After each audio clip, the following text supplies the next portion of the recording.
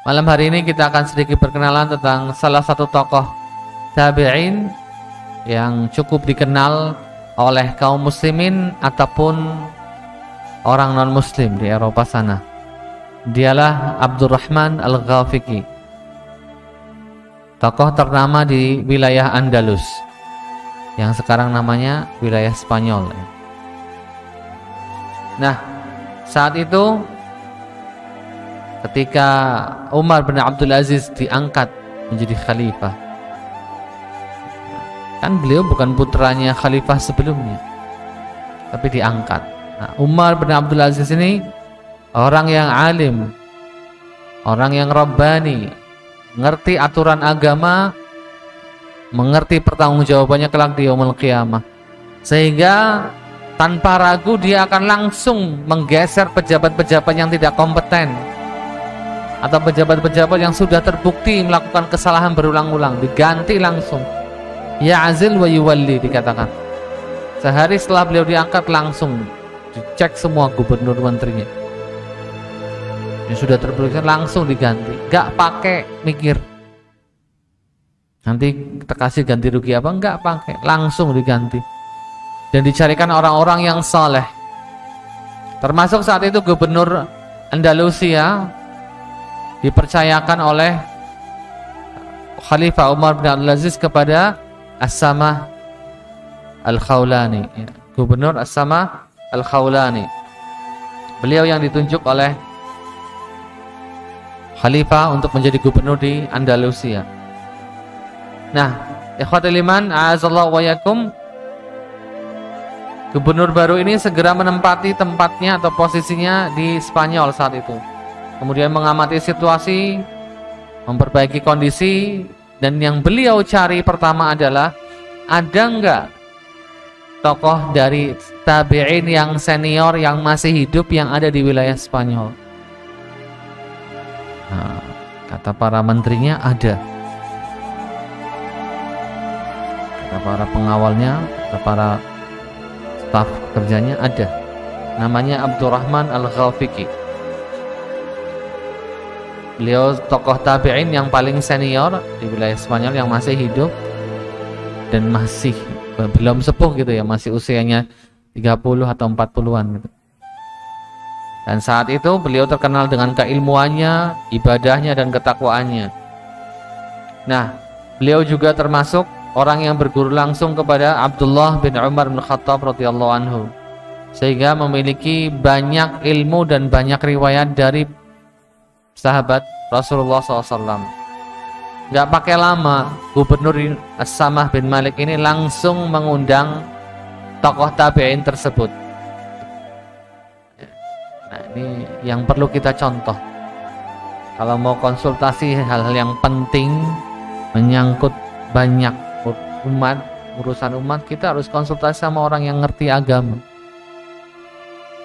sehingga kebijakan-kebijakan kedepannya searah dan selaras dengan Al-Quran dan hadis Rasulullah SAW, seirama dengan syariat Islam, yang pastinya di situ ada keadilan, yang pastinya di situ ada kesejahteraan untuk negeri dan rakyatnya. Ikhwatul iman, a'azallahu wa yakum.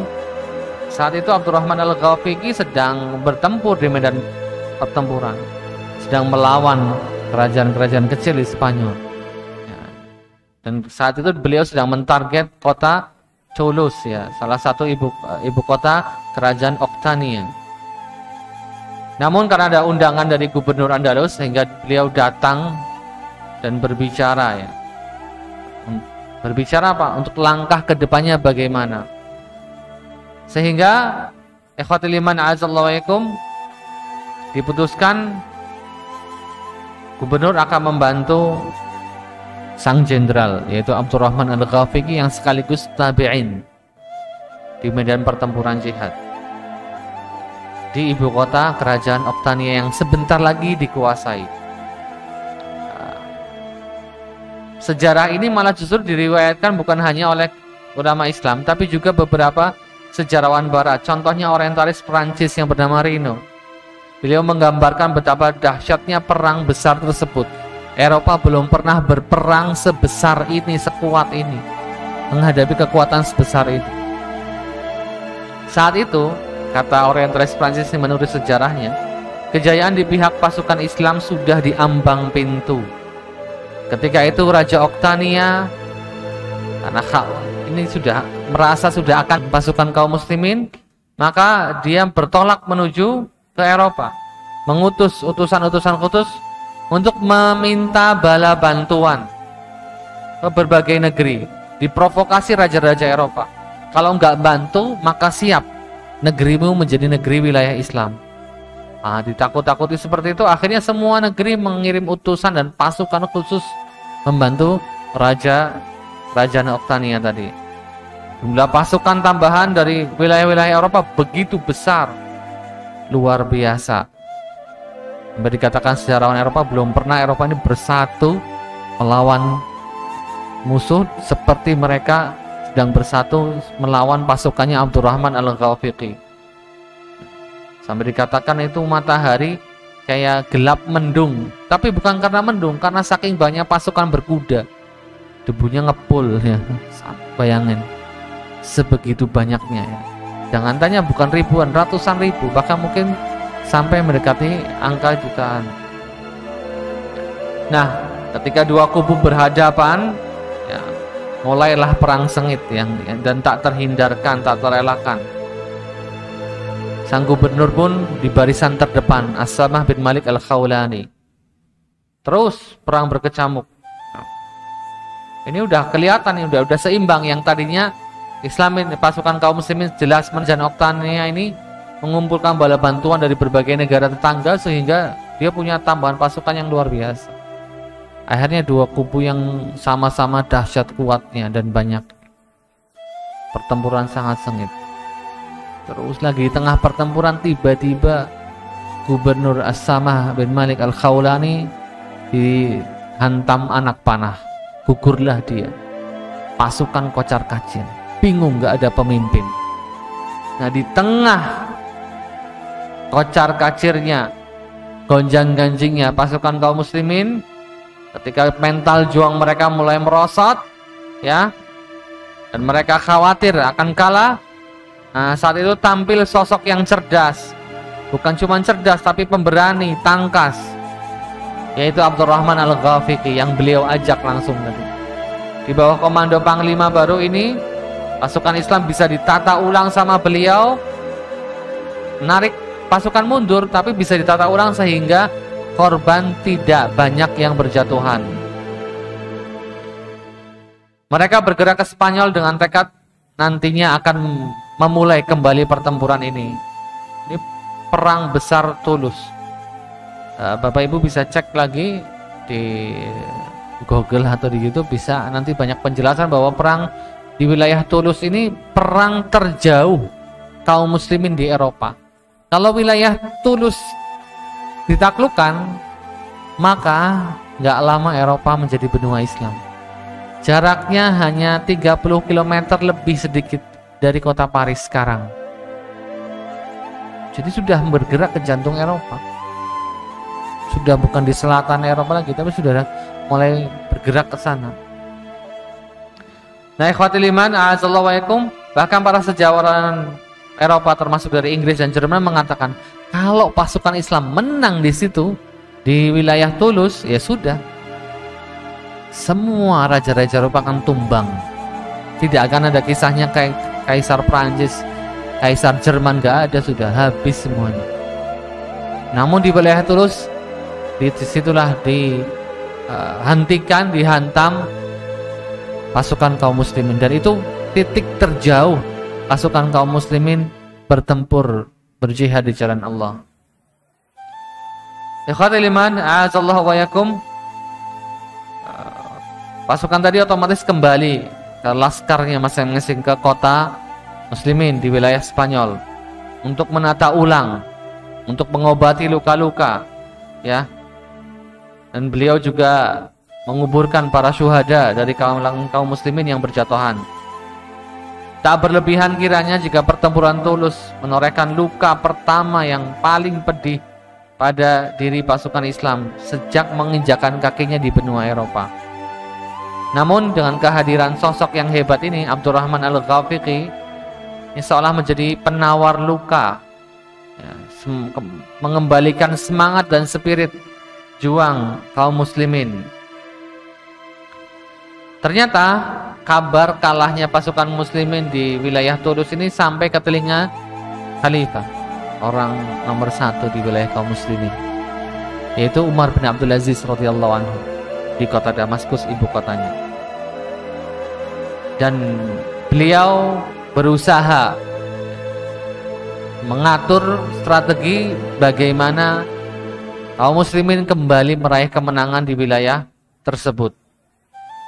Nah, gak pakai lama, karena sudah tahu gubernur yang beliau angkat meninggal dunia, maka digantikan oleh Abdurrahman Al-Ghafiqi.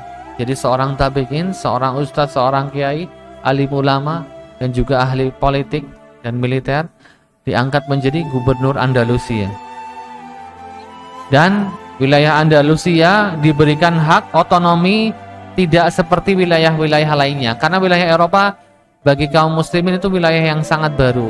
Kan penyebaran Islam kan pertama di Jazirah Arab, kemudian melebar ke Afrika Utara, kemudian turun ke Afrika Tengah dan seterusnya. Namun ketika sudah mentok di Afrika Utara yang paling barat, disitulah mulai perluasan ke wilayah Spanyol.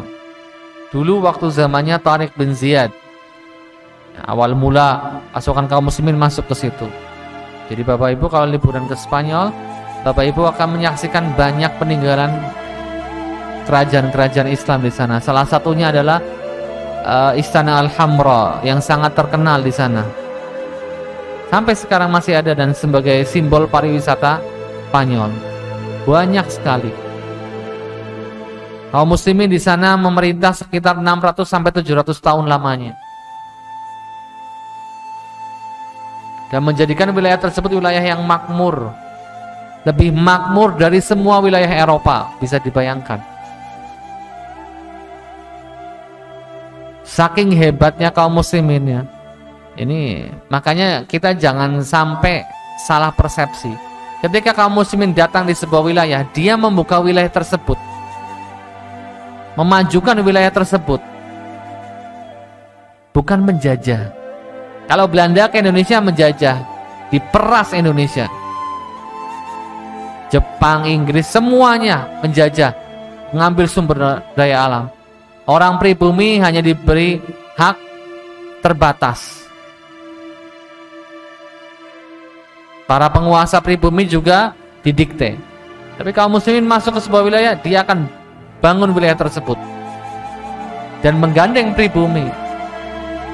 Apa yang terjadi di Mesir? Luar biasa perkembangannya setelah Islam masuk ke Mesir. Rakyat pribumi merasakan yang namanya keadilan. Makanya cepat tuh pertumbuhan di Mesir. Dan banyak orang setempat yang masuk Islam.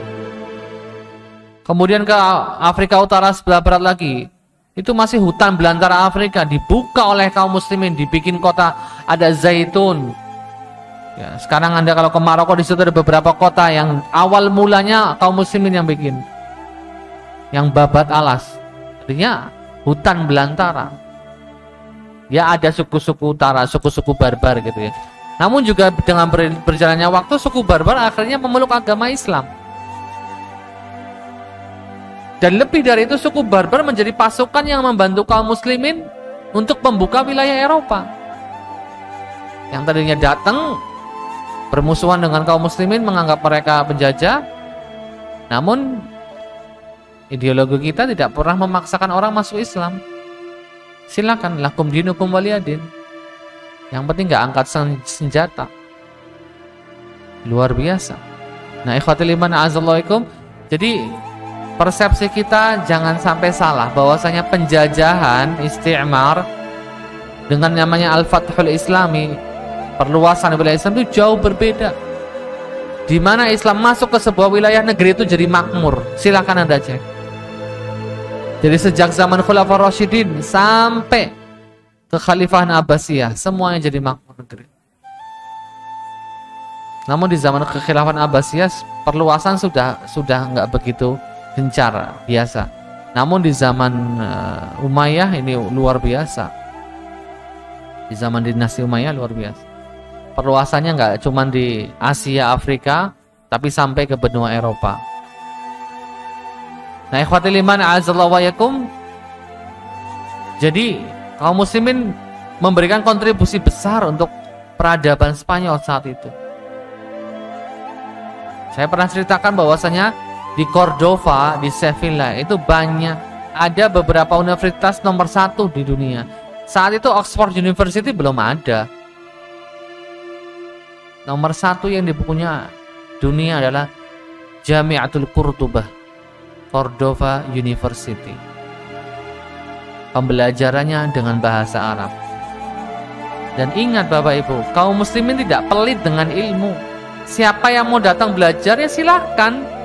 Yang penting datang belajar. Kalau mau berbagi ilmunya silahkan, dipersilahkan. Sehingga murid-muridnya bukan cuma kaum muslimin. Kaum muslimin hanya 50% malah di Spanyol. Ya ada kalangan kaum Kristen Katolik, Yahudi. Namun semuanya belajar menggunakan bahasa. Dalam kurun waktu 600 tahun tersebut, Andalusia seperti menjadi permata Eropa. Menjadi idola semua negeri kepengen kayak Andalusia. Sehingga orang-orang bangsawan, para raja yang anak-anaknya ingin berpengetahuan lebih tinggi, lebih luas, berwawasan global, pasti akan menyekolahkan putra-putrinya di di Universitas Cordova. Maka jangan heran kalau peninggalan pernak-pernik Eropa di abad 15 kok banyak tulisan Arabnya ya. Karena yang ngetren waktu itu bahasa Arab. Kalau ada tokoh politikus, tokoh bangsawan, atau putra-putri kerajaan mana gitu bisa bahasa Arab, berarti dia orang yang berpendidikan tinggi, terhormat, belajarnya sampai ke Cordova, sampai ke Andalus. Kalau sekarang kita ngelihat orang berlibur kemana sih Pak yang paling bagus? Mana sih? Ke Singapura? Mana lagi? Ke Kanada, kemana? Dulu orang-orang kaya Eropa di zaman Andalusia berkuasa, itu pasti liburannya ke kota Zahira, kota yang khusus dipersiapkan untuk para pelancong wisatawan asing. Mereka buang uang di situ. Mereka hanya berwisata menikmati keindahan kota. Kota Paris yang katanya sekarang kota fashion, kota apa, kota keindahan. Kalau habis turun hujan, jalanan Paris tuh udah kayak lumpur. Di Andalusia jalanan sudah ditata rapi dengan batu. Bukan cuman itu, masih diberikan pelita kayak semacam lampu dari minyak.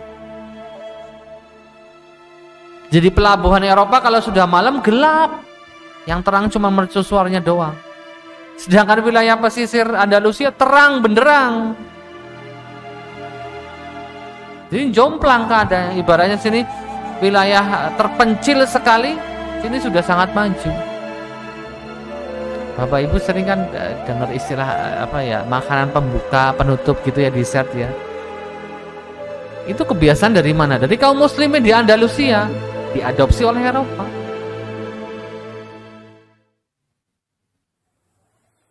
Orang Islam tahu yang namanya toharoh, kebersihan. Maka sampai diciptakan yang namanya sabun, sehingga tahu kebersihan, tahu wewangian, parfum dan lain sebagainya. Semuanya diawali dari peradaban Andalusia, dan masih banyak penemuan-penemuan yang awal mulanya dari Andalusia, dan itu diakui sampai hari ini. Memang dari negeri Andalusia yang waktu itu kaum muslim memimpin. Jadi ikhwatul iman a'azzallahu hanya karena kebencian mereka terhadap Islam, mereka menghancurkan itu semua ya. Ya, ketika kaum muslimin sedang lemah, mereka menyerang dan mengusir semua kaum muslimin dari wilayah Andalusia. Yang nggak mau pergi maka dibantai atau wajib menjadi umat Katolik. Nah, ikhwatul iman a'azzallahu wa'alaikum. Jadi sangat berbeda ya ketika kaum muslimin menguasai sebuah wilayah. Kaum muslimin tidak pernah memaksakan agama, memaksakan pribumi menjadi seorang muslim, tidak. Ini bukti nyata bahwasanya kita secara tidak langsung, aturan agama kita Itu memberikan kebebasan orang beragama. Silahkan, lakum dinukum waliyadin. Tapi kalau sudah masuk Islam jangan buat main-main. Orang masuk agama Islam harus serius, harus belajar sholatnya dan lain sebagainya. Jangan masuk Islam cuma karena main-main doang. Ini yang ditentang. Nah, ikhwatul iman a'azallahu wa'alaikum, ketika Abdurrahman Al-Ghafiqi sebagai pemimpin baru, gubernur baru Andalusia, gak lama, gak pakai buang waktu, beliau segera membenahi kembali pasukannya, segera meresafel ulang kabinetnya, dan juga prajurit-prajurit yang kembali data ulang, mengembalikan kepercayaan diri para pasukan, kehormatan dan kekuatan mereka, dan semua ditujukan untuk melanjutkan obsesi tokoh-tokoh kaum muslimin yang dulu sudah pernah menang. Sebelumnya ada siapa? Ada As-Samah bin Malik, ada Musa bin Nusair, ada Tariq bin Ziyad yang sangat terkenal ya, yang pertama kali membuka wilayah Andalusia. Nah, ikhwatul iman a'azallahu wa yakum, hal yang diyakini Abdurrahman Al-Ghafiqi ketika memeriksa para pasukan, memperbaiki kondisi dan mempersiapkan segala satunya, yaitu kemuliaan dan kemenangan. Dia nggak tahu nanti kedepannya bagaimana. Dia hanya melakukan tugasnya saja, mengembalikan hak-hak orang lemah. Jadi non muslim di wilayah Islam tuh mendapatkan keadilan yang sama dengan umat Islam.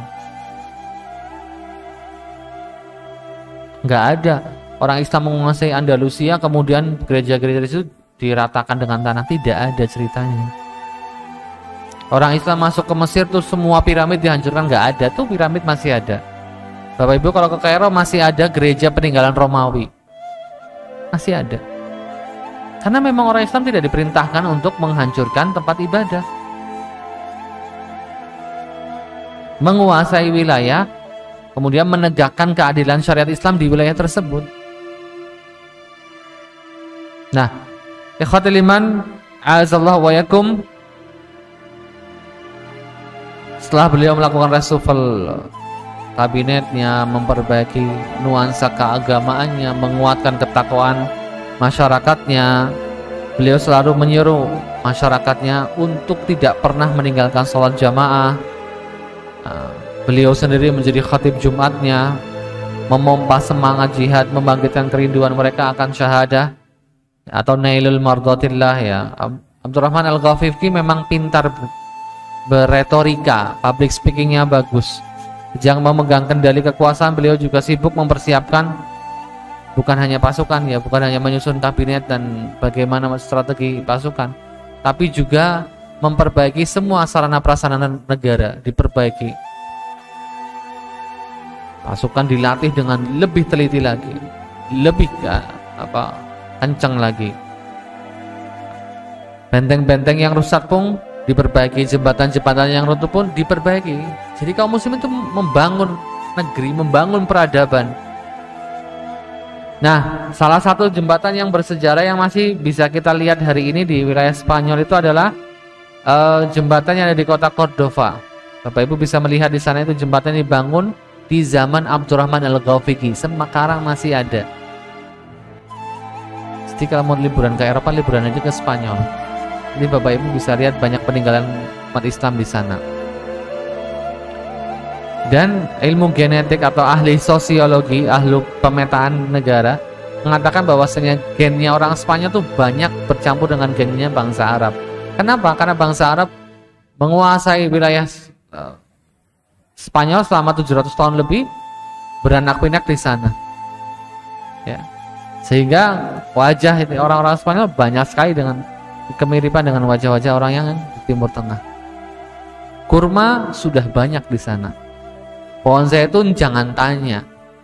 Ya, perkebunan zaitun nomor 1 yang sering kita beli itu yang oleh Borges itu dari Spanyol.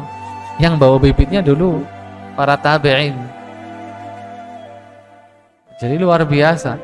Makanan-makanannya juga sangat banyak yang mirip dengan makanan bangsa Arab.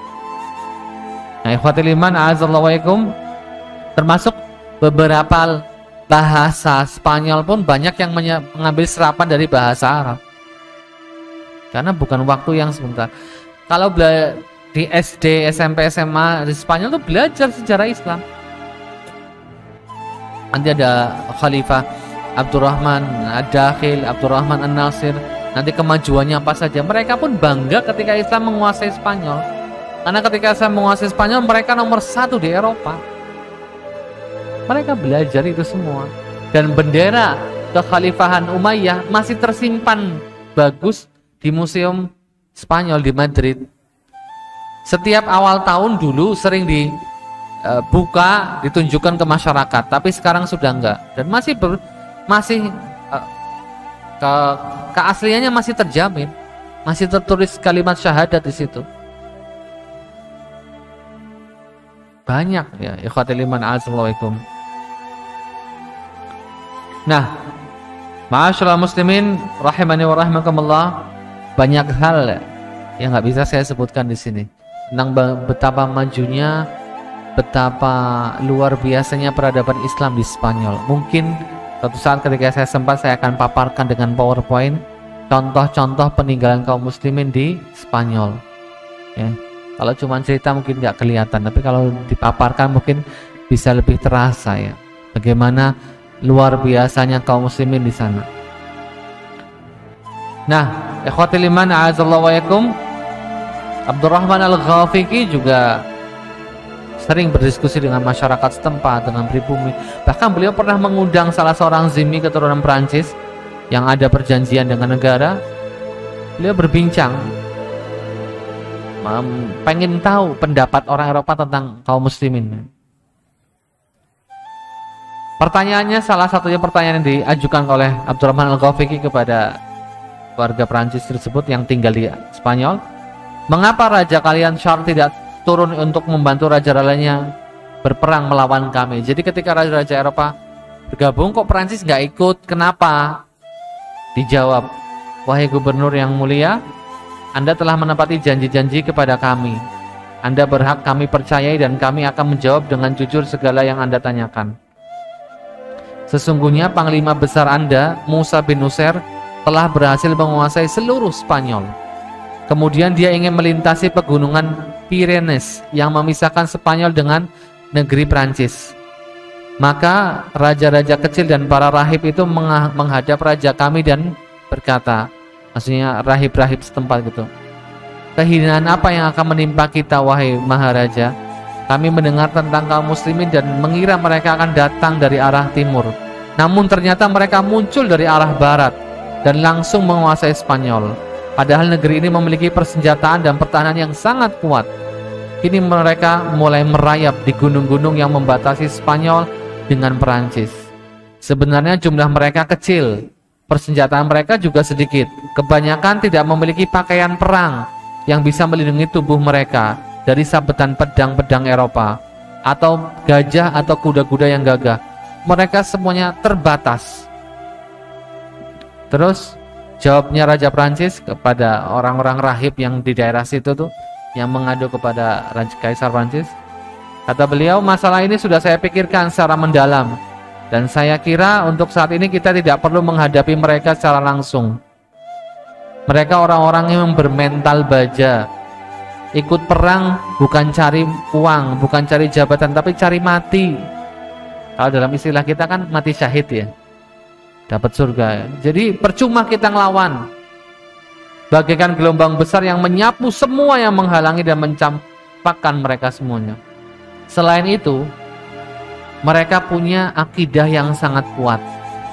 Akidah yang sangat kuat. Jadi Raja Prancis sudah meneliti kaum muslimin dan agama mereka, sehingga akan tidak, mereka tuh nggak menghiraukan jumlah mereka. Mau 100 lawan 100.000, mereka juga akan berangkat. Mereka punya iman dan kejujuran yang jauh lebih berharga dibandingkan senjata kita, pakaian perang atau kuda milik kita. Maka dari itu lebih baik kita membiarkan mereka saja. Kaum muslimin terus menumpuk harta dan ghanimah. Kalau mereka sudah dilalaikan dengan harta rampasan perang yang begitu memikat hati mereka, memukau hati mereka, lalu mereka membangun istana-istana di wilayah Spanyol, ya, mereka mulai lupa dengan peperangan. Saat itu kita baru bisa menyerang kaum muslimin. Kalau sekarang nggak bisa. Intinya dari omongannya Raja Prancis, kalau orang Islam sudah akidahnya lemah, sudah lupa akhirat, cinta dunia, cinta harta, benci dengan benci dengan ajakan jihad, saat itu kita akan serang mereka dan kita akan menang. Tapi kalau sekarang tidak, kita hanya bisa berdiam saja. Jadi ikhwatul iman memang benar ya, kaum muslimin itu menang itu bukan karena modal senjata lebih canggih, enggak, tapi karena ya iman. Faktor utamanya benar-benar akidah, iman. Wallahu a'lam bishawab. Setelah mendengar penjelasan ini, Abdurrahman Al-Ghafiqi menangis ya. Betul kata Raja, kamu benar, ngomong benar. Dan saya merasa pasukan saya sudah mulai ogah diajak perang, sudah nyaman. Di Spanyol mereka mendapatkan villa, bangunan-bangunan mewah, mereka bangun istana-istana mereka di sini. Mereka sudah nyaman dengan kehidupan dunia. Mereka sudah nggak mau diajak lagi. Nah, ikhwatul iman, a'azzallahu wa yakum. Sampai di sini kisahnya tentang Abdurrahman Al-Ghafiqi, karena sudah waktunya adzan. Nanti mungkin kalau ada tanya jawab boleh, jika tidak ada maka saya akan tutup. Silahkan muadzin untuk azan terlebih dahulu. Allahu Akbar, Allahu Akbar, Allahu Akbar, Allahu Akbar. Asyhadu an la ilaha illallah.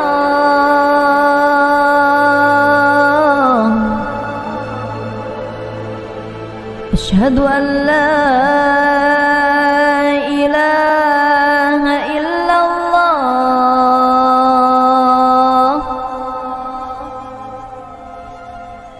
Asyhadu Muhammadar Rasulullah.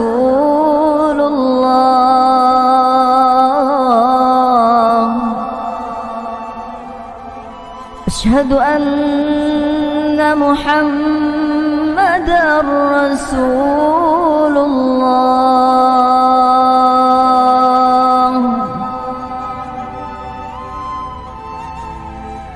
Hayya 'alas salat,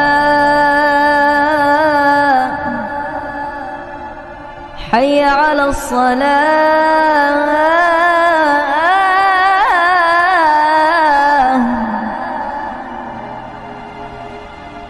حي على الفلاح،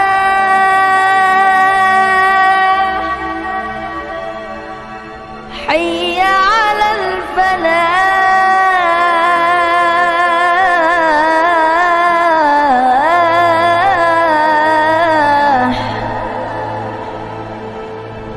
Allahu Akbar, Allahu Akbar. La ilaha illallah.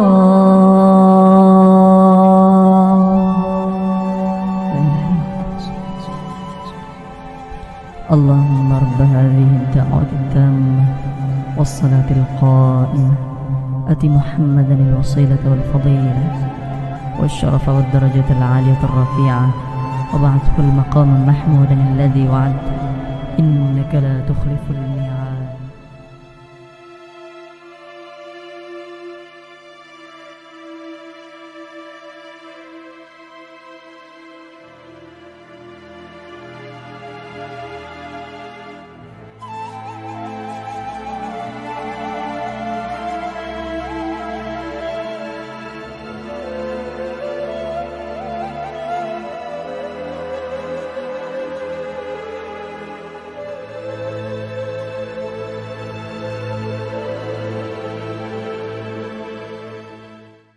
Baik, kita lanjutkan. Ada pertanyaan, silakan.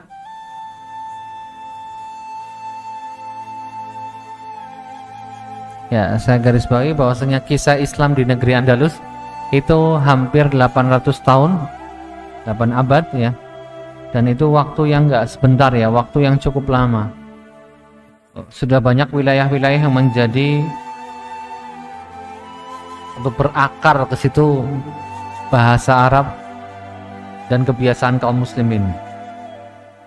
Awal mulanya kemenangan kaum muslimin itu pada tahun 705 Masehi, dipimpin oleh Musa bin Nusair di wilayah ini, di wilayah Afrika Utara. Nah, Musa bin Nusair ini mengutus Tariq bin Ziyad untuk menaklukkan